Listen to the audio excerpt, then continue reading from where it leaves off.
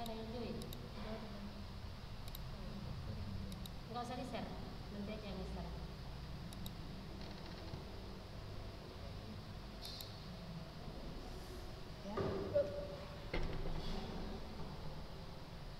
Kami kelas 12 ini kan? Iya, betul.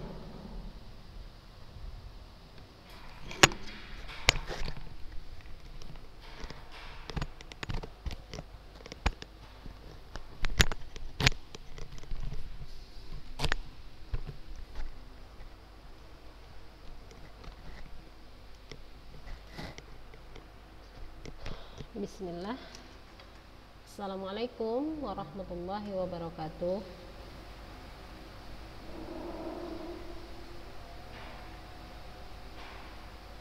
Alhamdulillah wassalatu wassalamu ala rasulillahi amma ba'du. Apa kabar anak-anak ustazah kelas 11?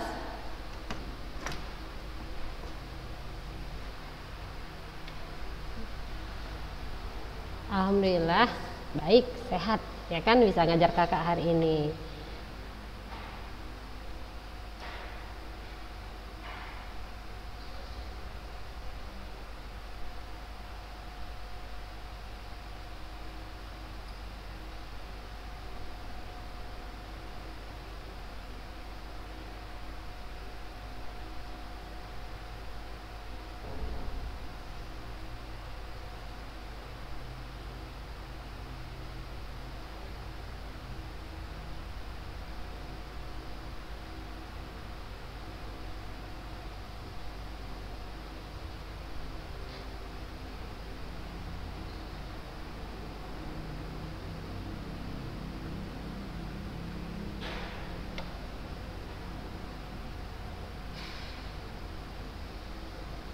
Nah, anak-anak ustazah kok masih baru 19 orang, yang lain kemana?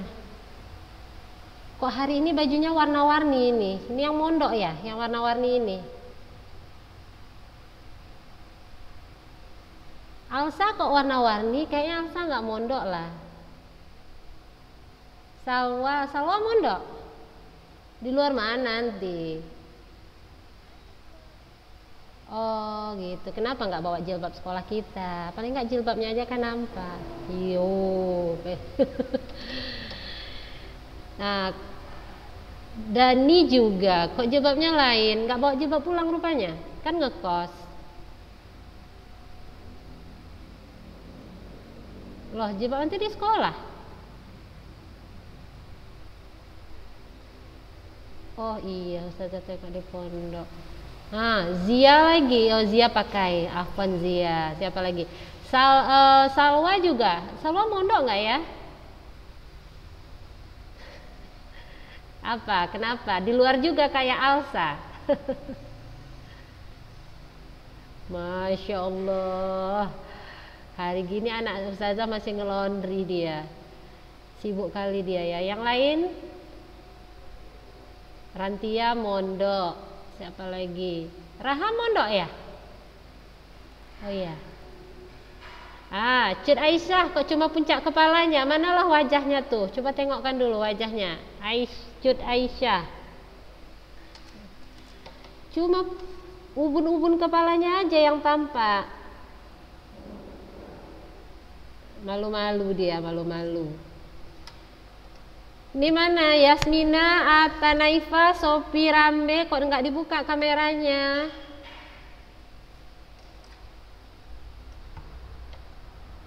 Ada orangnya nggak tuh?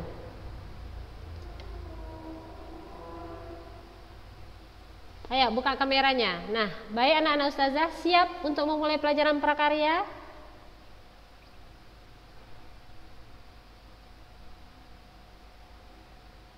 Nggak ada yang jawab. Jawabnya nggak dekat. Ini bukan. Masya Allah, kita alhamdulillah. Kalau siap kita mulai ya, kita tunggu. Ini kalau perjanjian sama ustazah ada 30 orang ini yang janjinya bisa Zoom. Hari ini masih sampai 20. Ada yang minta izin? Nggak ada. Apakah habisan paket semua ya? Oh, Nora habis paket, nggak ada izin sama ustazah. 20, berarti 9 lagi, kemana mereka? Baik anak-anak ustazah, kita masih di bab 2, di bab rekayasa ya. Kita masih mempelajari wirausaha rekayasa bidang konversi energi. Apakah wirausaha rekayasa bidang konversi energi?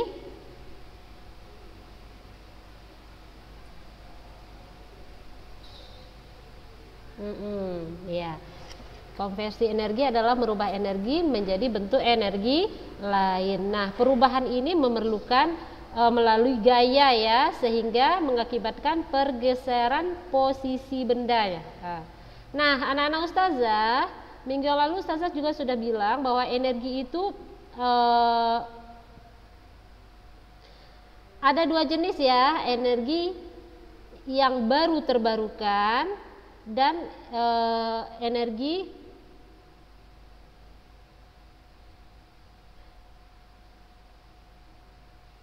tunggu ya, ustazah kok nggak bisa nampak membaca ini.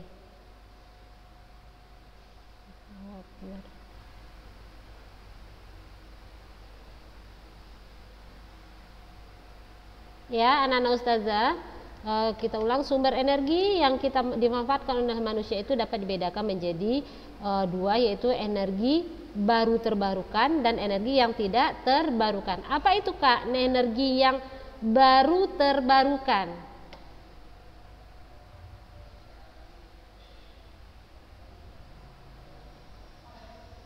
Contohnya,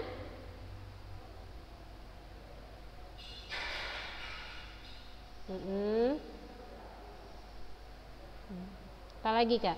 Contohnya banyak. Biomasa, iya, fotovoltaik ya, tenaga matahari, panas bumi dan air. Nah, kalau energi tidak terbarukan, apa itu Kak?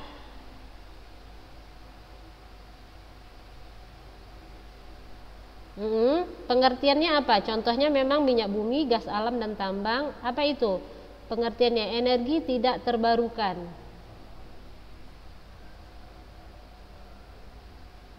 Iya, energi yang terpakai habis ya dan tidak dapat diciptakan kembali. Nah, itu dia.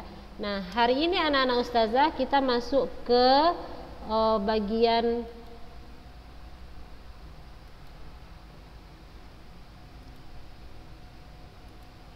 baik, hari ini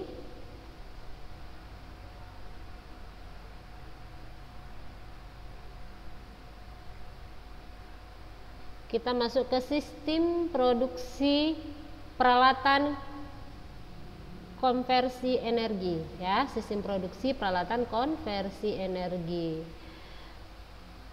Nah, anak-anak ustazah, sumber energi baru terbarukan ya kan, ini terus berkembang ya, berkembang di beberapa negara, bahkan negara kita sendiri. Nah, ini ada contoh beberapa sistem produksi bidang konversi energi ya, beberapa contoh sistem produksi bidang konversi energi. Yang A yaitu konversi tenaga angin ya, anak-anak ustazah, konversi tenaga angin. Nah, Indonesia siapa itu Kak? Kalau kira-kira di rumah lagi rame, coba matikan aja speakernya. Tapi kalau lagi adem ayem di sekitar anti, silahkan hidupkan aja speakernya, nggak masalah. Oke? Risa mana kok nggak kembar hari ini? Nggak melakukan penghematan mereka hari ini. Baik anak-anak ustazah, beberapa contoh sistem produksi bidang konversi energi. Yang pertama, konversi energi angin. Nah, Indonesia memiliki potensi tenaga angin yang merupakan salah satu sumber energi ya yang terbarukan, terutama di kawasan pesisir. Nah, kita kan daerah pesisirnya luas ya Kak ya. Lautannya lebih luas daripada daratan ya. Jadi otomatis kawasan pesisir ini juga luas gitu. Nah, angin merupakan pergerakan udara yang diakibatkan oleh perbedaan tekanan udara yang merupakan hasil dari pengaruh ketidakseimbangan pemanasan sinar matahari terhadap tempat-tempat yang berbeda di permukaan bumi. Nah, itulah penyebab adanya angin. Nah, kemudian energi angin digunakan untuk membangkit energi listrik ya. Dengan apa? Dengan bantuan kincir angin untuk menggerakkan generatornya. Ya, anak-anak ustazah. Nah, baling-baling yang digunakan untuk mengubah angin menjadi putaran rotor. Nah, ekor yang dipasang pada kincir angin digunakan untuk membantu kincir mengarah pada arah angin dari berbagai arah. Jadi kincir tadi dia berubah Kak, dari manapun arah angin dia akan berputar sendiri. Jadi posisinya tidak selalu tetap. Jadi tergantung dari mana arah anginnya. Nah, kincir angin ditopang oleh menara ya, menara tiang tinggi itu yang dapat kita lihat ya. Berbagai jenis menara ya, ada jenis menara terbular, menara kaki 3 dan menara kaki 4. Nah, ini namanya terbular ya Kak, yang tegak. Terus ada yang kaki 3, ada yang kaki 4. Macam-macam kaki menara ini kadang kita jumpai ya. Nah, jika kita amati pembangkit listrik tenaga angin anak-anak ustazah, beragam jenis baling-baling yang digunakan di masyarakat ya. Nah, model baling-balingnya yang sudah banyak diterapkan menggunakan 3 sudu ya, yang sudah banyak dipakai 3 sudu, 3 arah angin ini ya. Jadi ini macam-macam model baling-baling, ada yang 5, ada ya kan.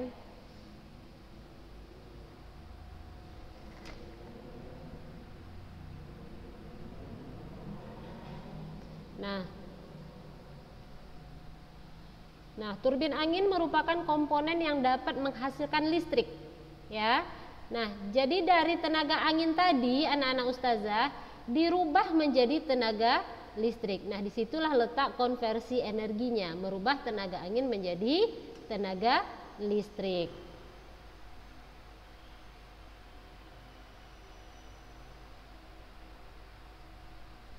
Jadi tenaga angin tadi dia merupakan sumber energi yang berasal dari tenaga kinetik angin ya, untuk menghasilkan tenaga mekanik. Nah, kemudian tenaga mekanik ini dimanfaatkan untuk memompa air atau dikonversikan atau dirubah lebih lanjut menjadi listrik. Nah, dengan apa? Dengan bantuan generatornya atau penggeraknya tadi ya. Nah, itulah proses dari angin menjadi energi listrik, konversi energi angin ya, perubahan energi angin menjadi energi listrik. Pernah lihat kincir angin anak-anak ustazah?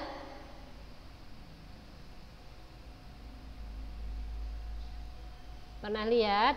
Di mana Sofi lihat?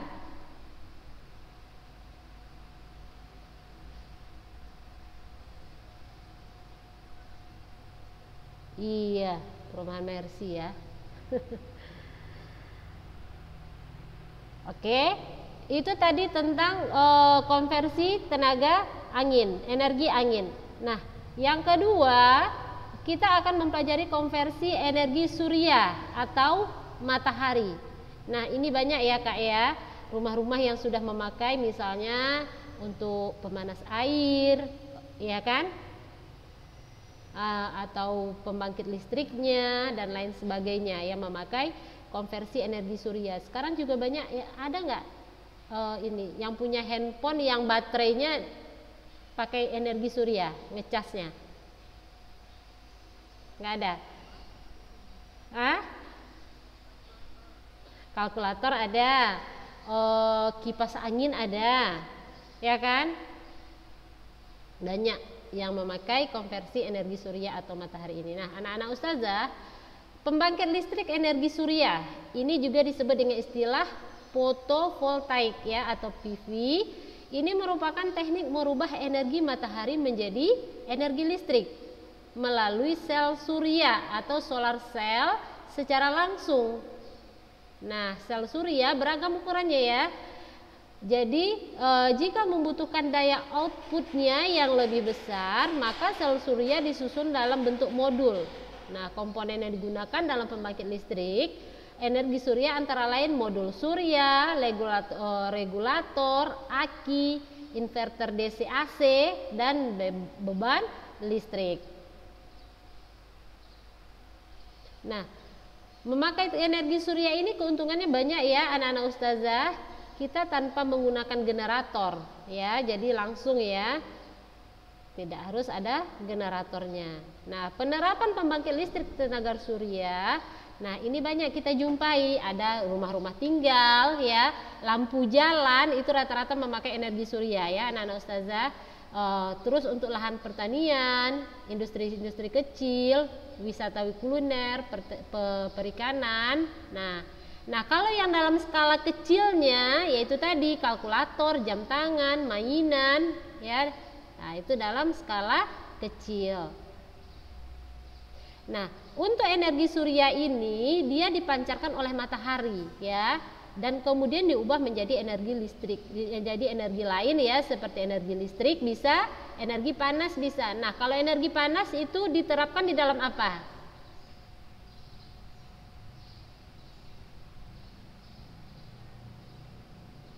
Tenaga surya.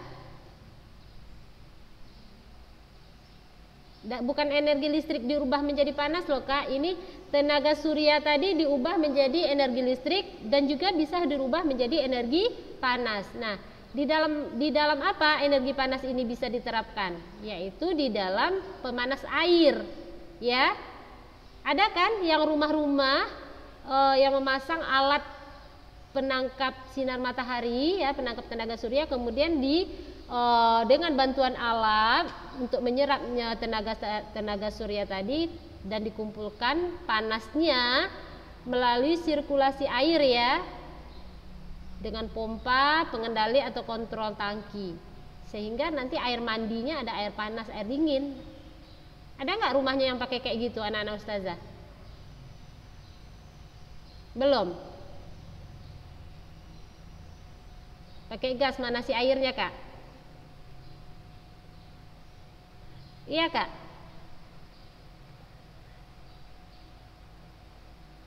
Jadi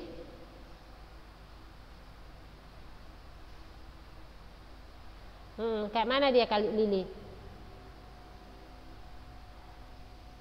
Berarti dari gas merubah menjadi energi panas ya, konversinya. Oke, selanjutnya kita akan belajar yang bagian itu ya. Nah, itu tadi. Nah, untuk sekarang anak-anak ustazah, untuk konversi energi surya ini sedang diterapkan di Yogyakarta ya, namanya pembangkit listrik tenaga hibrid. Nah, ini dikembangkan di pantai ya, di Pantai Baru, Pantai Serandakan ya, nama pantai di Jogja ya, di daerah Bantul. Nah, ini sedang diterapkan ya, namanya pembangkit listrik tenaga hibrid. Nah, itu tadi untuk tenaga surya.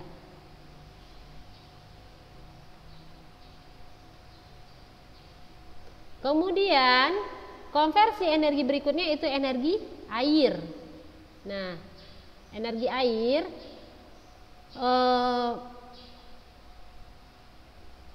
arus air ini menggerakkan sudut-sudut turbin ya, yang dihubungkan dengan poros sebuah generator. Nah, jadi kalau untuk energi air kita memerlukan generator. Nah, konstruksi generator terdapat magnet yang dikelilingi gulungan kawat. Nah, jika magnet itu digerakkan oleh turbin medan magnet itu dapat menghasilkan listrik. Nah, jadi dari energi air mengubah menjadi energi listrik. Nah, kemudian dapat disalurkan melalui kabel. Nah, energi potensial air dikonversikan menjadi energi mekanis melalui sebuah turbin yang kemudian dikonversikan kembali ke dalam energi listrik melalui generator listrik. Ya, kalau pembangkit listrik tenaga air kita sudah tahu ya Kak ya. Sudah mungkin pernah lah anak-anak ustazah mungkin pernah studi banding atau field trip tahap apalah namanya ke pembangkit listrik. Siapa yang pernah dari sekolah-sekolah yang sebelumnya? Nggak pernah ya? Ada nggak yang pernah anak-anak ustazah? Pergi ke PLTA mana kalau ya di Medan ya? Di apa? Masya Allah, Sarafina pernah rupanya. Di tebing, itu namanya apa Kak? Kalau yang di tebing? PLTU apa PLN? PLTA. Kalau PLN itu kan dia tenaga nuklir, Sarafina. Kalau PLTA dia menggunakan tenaga air. Nah, sistem kerjanya seperti itu ya, kakak-kakak.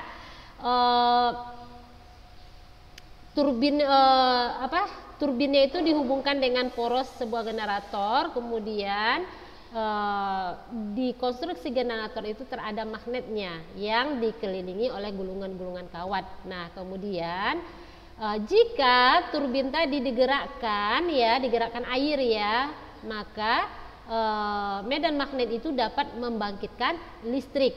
Nah, listrik yang arus listrik yang dihasilkan itu kemudian disalurkan melalui kabel. Nah, itu dia cara kerjanya.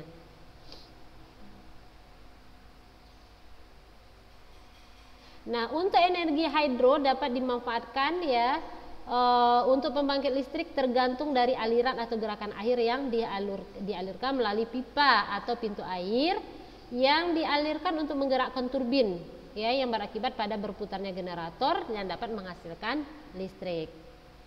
Nah, untuk pembangkit listrik tenaga kecil ya, skala kecil anak-anak ustazah itu dikenal dengan pembangkit listrik mikrohidro ya. Nah, kalau yang skala besar itulah dia tadi PLTA itu ya. Nah, ini ada kalau mikrohidro ini anak-anak ustazah ini ada di daerah-daerah yang memang belum terjamah oleh listrik misalnya. Nah, kemudian masyarakat sekitar memanfaatkan tenaga air. Jadi memang tenaga listriknya tidak cukup besar, tidak seperti PLTA yang menjangkau sekian luas. Mereka hanya untuk beberapa rumah gitu ya kan. Nah, itu pun dalam rumah itu dibatasi pemakaiannya. Nah, itu namanya pembangkit listrik mikrohidro.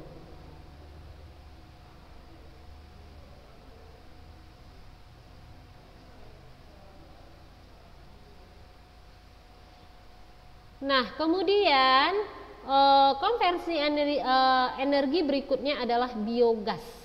Nah, untuk biogas ini anak-anak ustazah dia berasal dari kotoran ya, entah kotoran sapi atau kotoran manusia yang disalurkan pada bak-bak penampung. Nah, dan melalui lubang pipa kotoran tadi disalurkan ke digester ya, nama alatnya atau pengolahnya ya. Nah, kemudian kotoran tadi campur dengan air, dimasukkan ke dalam tangki pencampur, diaduk hingga merata, membentuk lumpur ya, lumpur kotoran atau namanya slurry ya. Nah, sebelum masuk ke dalam digester tadi untuk menghasilkan gas bio. Nah, itu dia. Nah, endapan lumpur di dalam digester tadi disalurkan keluar ya dan masuk ke dalam tangki atau bak penampung yang berupa lumpur sisa dari proses. Ya, ini contoh tangkinya ya, anak ustazah. Digesternya inilah dia biogas kotoran sapi ini ya.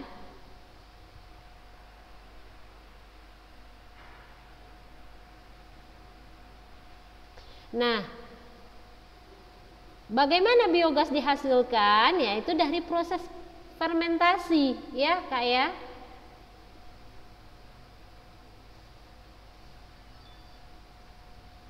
Yaitu hasil proses fermentasi bahan-bahan organik oleh bakteri anaerob, yaitu bakteri yang dapat hidup dalam kondisi kedap udara. Nah, biogas adalah gas yang mudah terbakar. Ya, sifatnya mudah terbakar.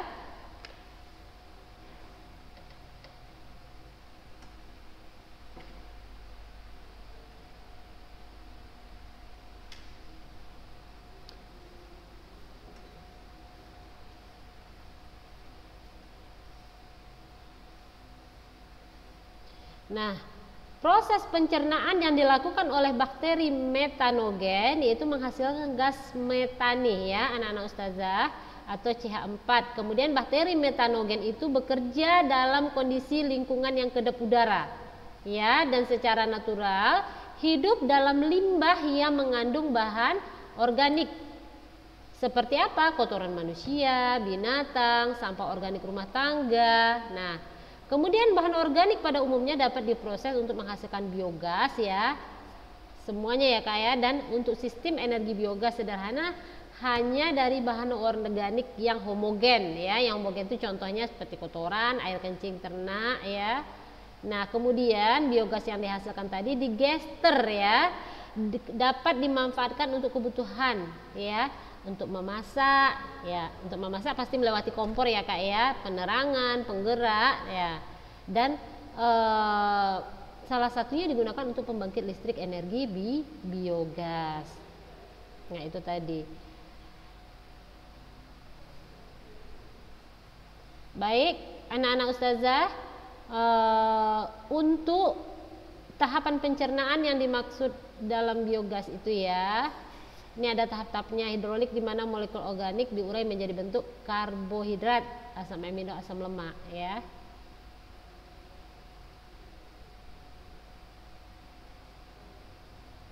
Baik, itu tadi jenis-jenis beberapa contoh konversi energi. Ada konversi angin ya kan, konversi energi angin, konversi tenaga surya, air, biogas.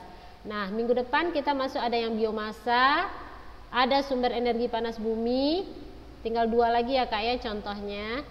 Baik, untuk hari ini cukup sampai di situ. Ada yang mau ditanyakan nggak anak-anak ustazah?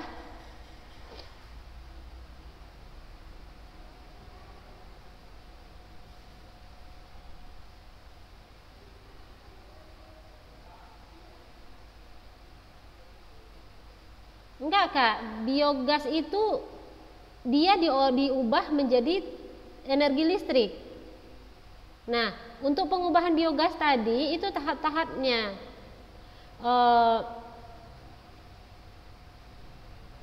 Nah, ini dia menggunakan digester ini. Jadi dari kotoran sapi atau manusia yang diendapkan ya, itulah dia hasilnya biogas. Nah, kalau dia kotoran sapi tadi kita biarkan kering, nah itulah yang bisa kita olah menjadi pupuk. Kalau ini tidak, kotoran sapinya kita campur lagi dengan air, diolah terus dicampur air. Ada alatnya ya Kak, namanya digester ya, ini dia yang biru ini. Nah, alat pengolahnya lah ini namanya. Nah, dicampur air, dimasukkan, diaduk sampai rata. Nah, kemudian dia diendapkan. Nah, hasil pengendapnya itu kemudian disalurkan ke dalam tangki atau bak penampung yang berupa lumpur ya, atau sisa dari prosesnya. Nah, difermentasi dia istilahnya ya Kak. Nah, jadi biogas itu kemudian dirubah menjadi energi listrik. Beda, dia bukan pupuk. Jadi bentuknya sudah seperti udah jadi gas lah gitu Kak, tapi namanya biogas. Karena apa? Karena dia berasal dari bahan-bahan yang organik, namanya biogas. Nah, paham Sophie? Yang lain ada yang mau ditanyakan?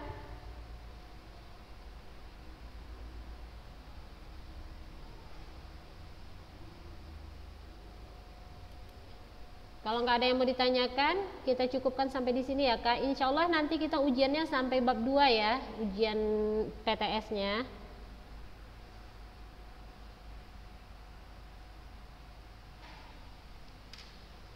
Baik, kalau memang tidak ada yang ditanyakan, kita cukupkan hari ini sampai di sini. Semoga materi kita hari ini membawa kebaikan untuk kita. Barakallahu fikum. Assalamualaikum warahmatullahi wabarakatuh.